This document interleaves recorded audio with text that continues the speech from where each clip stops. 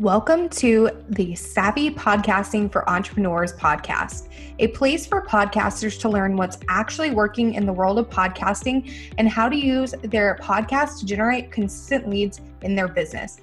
I'm your host, Jenny, and I'm so excited you're here. Hey, Savvies, welcome back to another episode of the podcast. I'm super excited that you're here and I cannot wait to jump into the episode. So today we're going to be talking about how to use content pillars for your podcast. I've been a huge fan of content pillars in my business for years, and I use them to plan all of my social media, email, and podcast content. So I wanted to share a breakdown of how you can start using content pillars for your own business, especially your podcast. But before we dive in, I wanted to share my free content calendar template with you so that you can start taking action today as we are going through this episode. If you are not driving, highly recommend downloading this right now and working on it. If you are driving, just remember the link and come back later. But that link is savvypodcastingforentrepreneurs.com/content, and you'll get that free Airtable content calendar template delivered straight to your inbox so you can start working on content planning and getting your content pillars solidified. So first up, what are content pillars? So content pillars are essentially 3 to 5 topics that you will consistently talk about on your podcast. So for example, my content pillars for this podcast are start, grow, and scale. So some topics in that start phase would be how to launch a podcast, how many episodes should I launch with, things like that. Basically, any and all topics related to starting and launching a podcast. In the grow phase, we would have things like how to market your podcast to get more listeners, how to analyze your podcast data, things like that. Pretty much any topics that help you start growing your podcast listenership and reaching new people. And then finally, topics in the scale phase would be things like guesting on other people's podcasts and monetizing your podcast, things like that. aka anything that's going to help you really scale your podcast and take it to the next level. So having these content pillars helps me create content much easier because I always know it's going to fall under one of my 3 pillars. I don't have to keep guessing every week and things like that. So let's talk about the difference between content pillars and brand pillars. So content pillars represent the structural skeleton of your overall content strategy, while brand pillars are the touch points of a business. So that's going to be the personality and the values that a brand communicates and how the public perceives it. So they're a little bit different, but I know a lot of people tend to lump them in. And then when it comes to like some of the benefits of having content pillars, number one, it allows you to plan ahead because you kind of have an idea of what you should be talking about each week. It makes it easier to stay consistent because you already have these topic ideas in mind.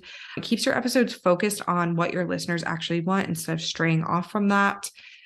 It allows you to demonstrate authority in your niche, which is great because you're educating people and giving yourself a competitive advantage over your competition, and also can position your solution, aka your offerings, as an answer to the problems faced by your audience. So those are all great benefits of having content pillars. Now let's talk about how can you figure out what your content pillars should be. So understanding your audience is super important, and knowing what they need is the first step in figuring out your content pillars. So some things you want to consider. You want to consider your audience's values and motivations. You want to consider the problems that they have that you have solutions for within your services or products. The demographics of your audience is something to consider. And then you can also look at your analytics to see what content your audience has enjoyed in the past, because that'll really help you figure out what your content pillars will be. Because obviously, if it's stuff they really liked, you want to create more content like that. So let's dive into setting up your content pillars. So first, you want to take a look at the content you've already created, because even if you are brand new to podcasting, you've probably already been producing content of some sort for a while, even if it's just social media or email content. So look at what you've created in the past and how it performed.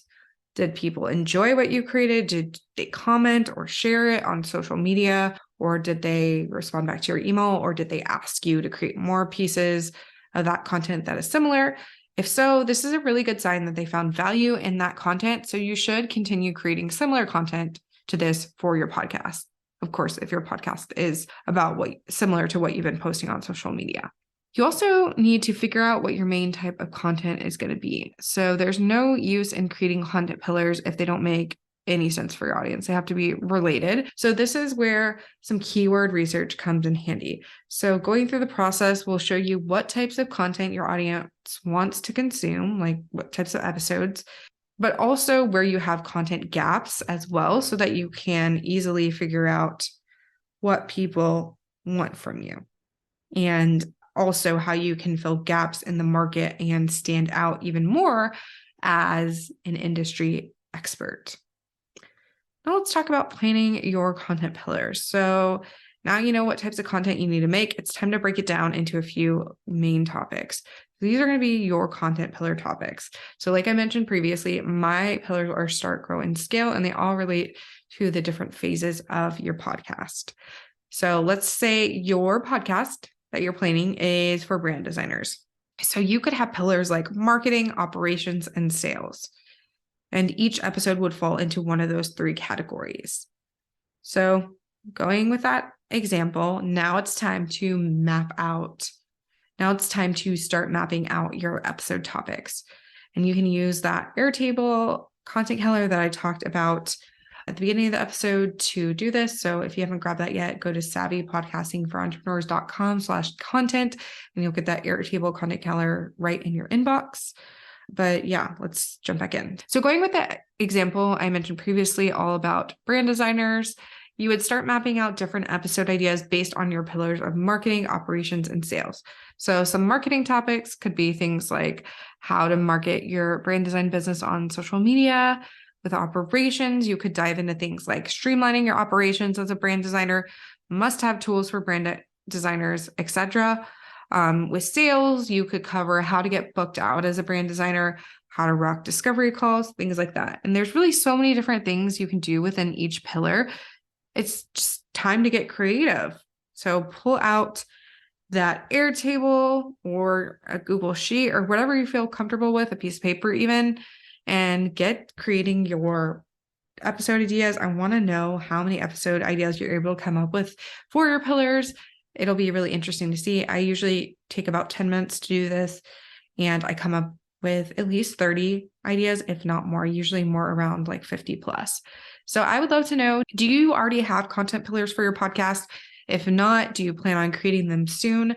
Let me know over on Instagram. My handle is podcasting for entrepreneurs. I would love to chat with you in the DMs over there.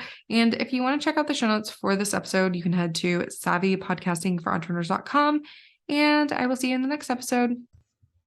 If you enjoyed this episode, make sure to subscribe to the podcast on your favorite podcast player like Apple Podcasts, Spotify, or Stitcher, and leave a review. You can find us at savvypodcastingforentrepreneurs.com and on Facebook at Savvy Podcasting for Entrepreneurs and Instagram at Savvy Podcasting. Make sure to join our free Facebook community for podcasters by going to savvypodcastingforentrepreneurs.com/community and join in on the exclusive community just for Savvy Podcasting for Entrepreneurs listeners. I'll see you there.